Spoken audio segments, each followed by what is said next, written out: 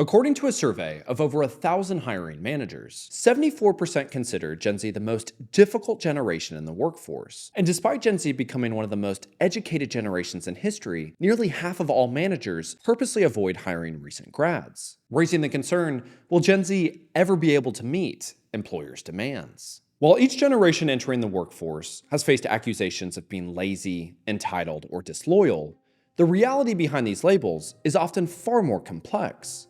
As the Harvard Business Review highlights, the US working age population is shrinking at a rate not seen since World War II. With 3 million fewer individuals than Millennials, Gen Z's smaller population adds pressure to an already evolving workforce, highlighting the need to examine how the experiences and work habits of previous generations have shaped the modern economy. The silent generation, born between 1928 and 1945, grew up in a time of profound uncertainty, shaped by the hardships of the Great Depression and the devastation of World War II. As adults, they helped rebuild a society restructured around the Cold War, fostering a mindset focused on working within the system rather than challenging it. Programs like the GI Bill expanded access to higher education, fostering a workforce that emphasized technical skills, discipline, and steady progression within corporate hierarchies. Their pay your dues mindset not only contributed to the post-war economic recovery, but also bolstered labor unions, securing wages, better working conditions, and the benefits that defined middle-class stability. Despite these achievements, real wages have grown by only 0.7% over the last 50 years, accounting to a 18-cent increase as of February of 2022, where today, Gen Z emerges as the most pro-union generation in decades, echoing the silent generation's fight for economic fairness, but leveraging digital platforms to amplify their calls for higher wages and equitable working conditions. Yet this approach draws criticism from older generations, often perceiving the demands as being entitled, lacking patience and sacrifice that once defined the traditional labor movements. As the silent generation transitioned into leadership roles throughout the 70s and 80s, their emphasis on structure and discipline helped shape the professional environment and laid the groundwork for the modern workforce today. However, their loyalty-driven work culture frequently clashed with the ambitions of baby boomers, whose priorities reflected a very different set of societal and economic conditions. Baby boomers, born between 1946 and 1964, grew up in vastly different circumstances compared to their parents. Early boomers, raised by the greatest generation, inherited values of sacrifice and hard work, but rejected the materialism and conformity of their upbringing. By the 1960s and 70s, they led a cultural shift challenging the organization man mindset that prioritized loyalty to employers over personal fulfillment, an attitude echoed by Gen Z today. Although later boomers, influenced by their silent generation parents, lean more towards stability and working within the system, economic challenges in the 1980s, including high inflation, soaring interest rates, and stagnant wages, blurred these distinctions, resulting in boomers averaging 10 jobs by the age of 34, practically switching jobs every year from 18 to 24, far surpassing Millennials and Gen Z at the same age. Similarly, despite being framed as disloyal, 70% of Gen Z workers cite salary competitiveness as the driving force behind frequent job changes, reflecting a shared focus on financial security in a time of economic instability. And the shift towards short-term employment relationships weakened the emphasis on long-term career paths. Simultaneously, globalization and outsourcing emerged as a dominant cost-cutting strategy, further eroding traditional career ladders. Companies increasingly scaled back long-term training programs, prioritizing cost efficiency and flexibility over employee development, leaving Generation X to navigate an environment shaped by fragmentation, heightened competition, and the growing demand for adaptability. Generation X, born between 1965 and 1980, grew up amid rising divorce rates and dual-income households, earning them the label latchkey kids. Societal shocks like the Challenger disaster, economic crisis, and political failures eroded their trust within institutions, reinforcing their focus on resilience and adaptability. While Gen Z is often criticized for seeking jobs that align with personal meaning, it was actually Gen X that first initiated this cultural shift. According to developmental psychologist Jeffrey Jensen Arnett, Gen Xers began prioritizing identity-driven careers in the 1990s tech boom, favoring roles that aligned with their passions and values over financial stability. Their pivotal contributions to emerging industries like technology and e-commerce, including their roles in the personal computing revolution and the rise of Silicon Valley, reshaped the global economy and set the stage for today's purpose-driven labor market. This shift also led to a greater demand for flexibility, with 50% of Gen Xers favoring remote work, surpassing both boomers and Gen Z. However, their loyalty to employers was entirely conditional, based on if their personal and professional needs were met, setting the foundation for the transactional nature of today's modern workforce. And by demanding both purpose and flexibility in their careers, Gen X reshaped workplace norms, paving the way for millennials to further amplify these trends. And before we break down the historical implications of the millennial generation, I am actively pushing and trying to get professors, politicians, economists, journalists, and CEOs on the channel to help us break down some of these issues. If this video is providing any value to you and you would like to support the channel, I would greatly appreciate it if you like the video and subscribed if you haven't already done so.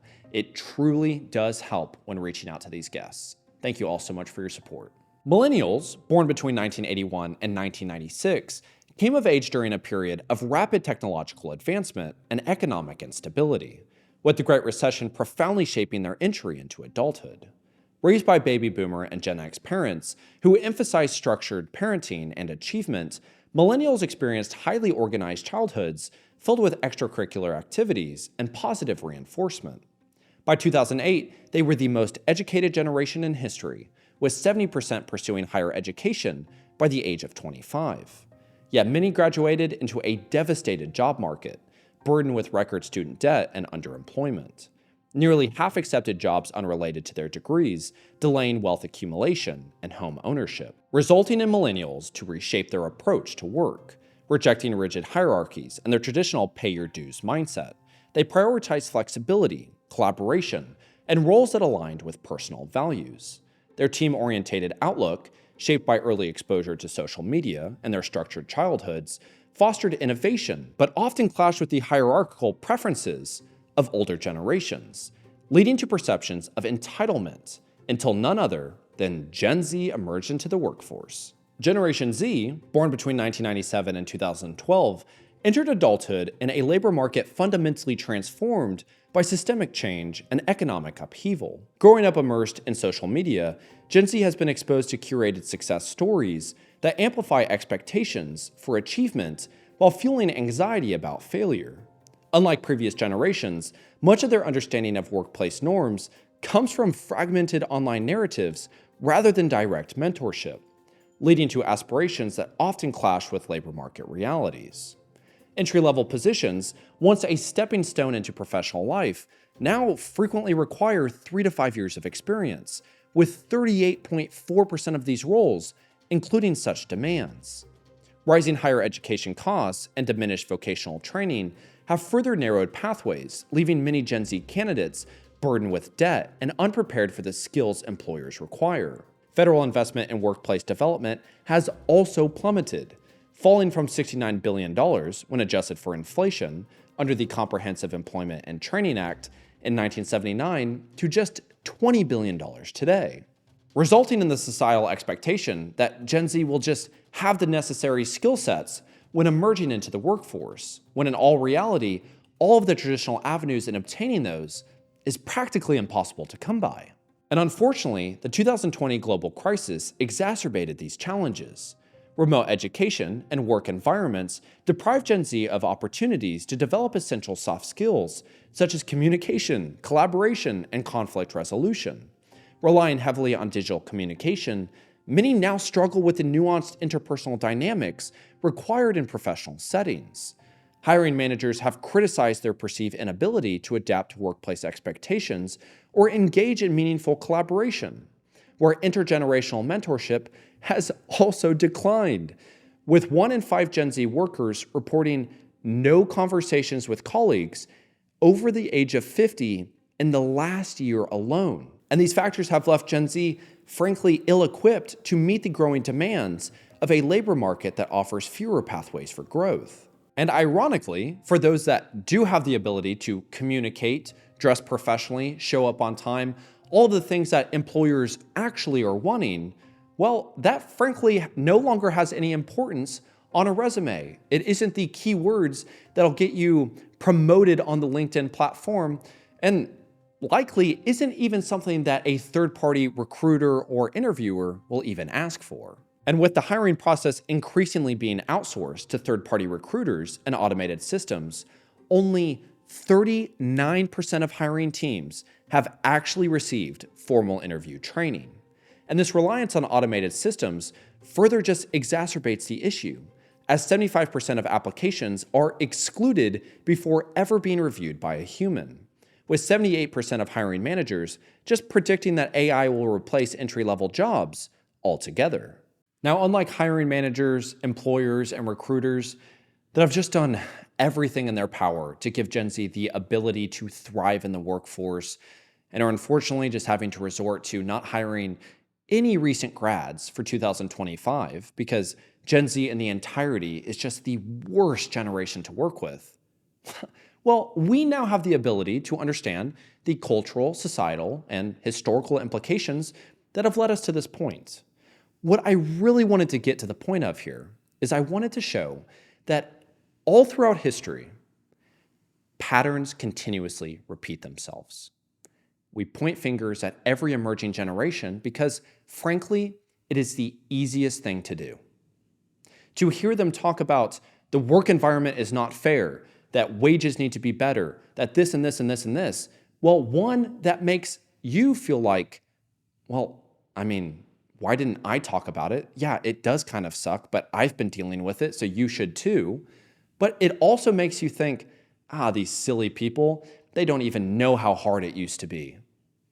Well, in reality, yeah, that's kind of the point of society. That's why you have kids. That's why you work, is to make it get a little bit easier, to have technological advancements make things a little bit more convenient. But the reality is there's always going to be challenges. There's always going to be things that people are going through, and their perspective on that is going to seem severe to them, so you have to come at them with compassion. But as a society, we don't have any idea on how to do that. So again, it's easier to place blame. So why do employers dislike Gen Z? It's easy. Now, if you want to get to some of the actual critiques, yeah, Gen Z don't have the ability to effectively communicate in the workforce. Okay, so what do we do about it? Yeah, let's just not hire any recent grads. What does that do? Does that help anybody? Will they now be able to have the communication skills needed in 2026? No. It makes absolutely no sense to me. What you do is you create an environment with respect on both sides and start doing some training, doing some managing, doing some mentorship to instruct, hey, this is how you communicate. Yeah, I know that you like to do this, but this is how we're going to do it. Find a middle ground. Listen to what it is that they're actually trying to say. And I am not just trying to say Gen Z are victims or anything like that. I'm trying to do a fair approach to say that what is happening is absolutely just ludicrous. The fact that for the past century, each generation is just doing this, saying, hey, maybe we should have better wages, a better work environment, a blah, blah, blah, blah, blah. And then the generation is, you're lazy, you're entitled, you're not loyal. If back in my day, so this just continuously happens for all eternity. Now, what is happening over here? Well, it's the very thing that you're arguing about. It's wages, it's fulfillment in the work environment, it's collaboration, it's you name it. So what is happening? Has wages gotten better? Anything in the work culture gotten better in the last century? Well, there's definitely, if you really nitpick, you're going to find something. But the reality is that what if instead of us arguing, we focused on the issue? But nope, them dang Gen Zers. Now, I will say, I just turned 25, so I am a Gen Zer. Impossible for me not to have some bias, but I will say some of the worst people I have worked with were Gen Z. Now, was that because they were Gen Z? Or was that because they just didn't fit in the culture that we had? Was that just because I didn't have the patience to actually listen to what they were saying? There's so many other components. I will also say some of the most frustrating people that I've ever worked with were Gen Xers, were Millennials, that just I couldn't understand. So what is the common similarity among these? It's me. I am the one that needs to be making the decisions on how I handle these interactions.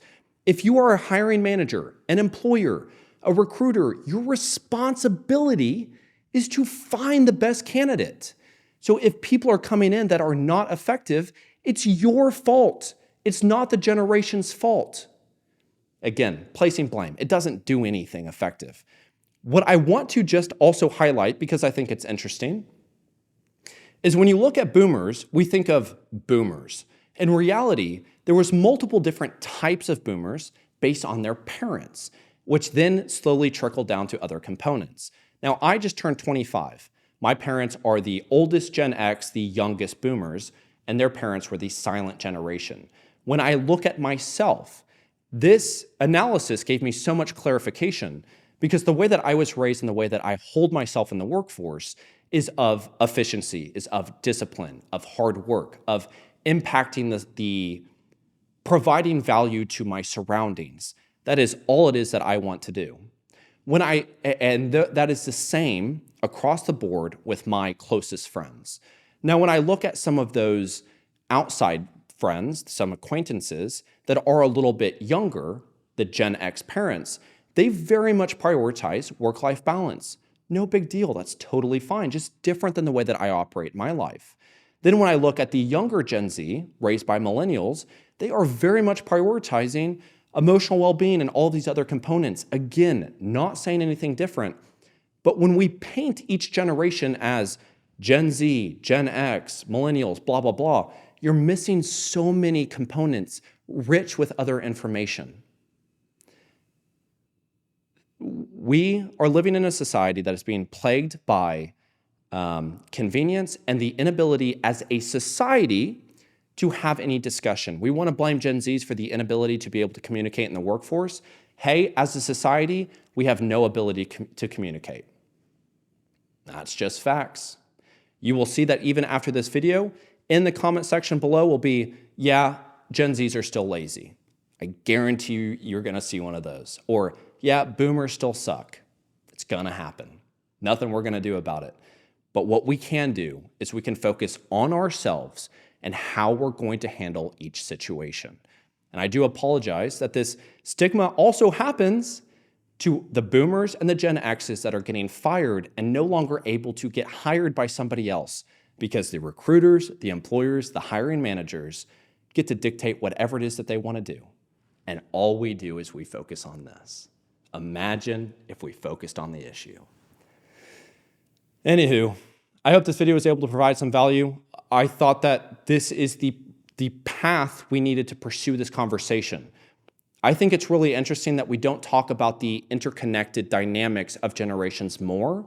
And yeah, the audacity for me to say what life was like for boomers and for Gen X. If I got some of it wrong, I'm definitely sorry. Please let me know in the comment section below. The reality, I'm just having to read through so many different articles, so many different newspapers, magazines, just spending so much time studying because, well, frankly, it's hard to communicate with other generations. But I hope that I was able to provide some value. Thank you all so much for your time. Let's just keep moving forward. Let's keep doing the best that we can. Until next time, bye-bye. Boy, it was sure nice of Mr. Krabs to give me a job. And at $50 an hour, too. When I started working here, I had to pay Mr. Krabs $100 an hour.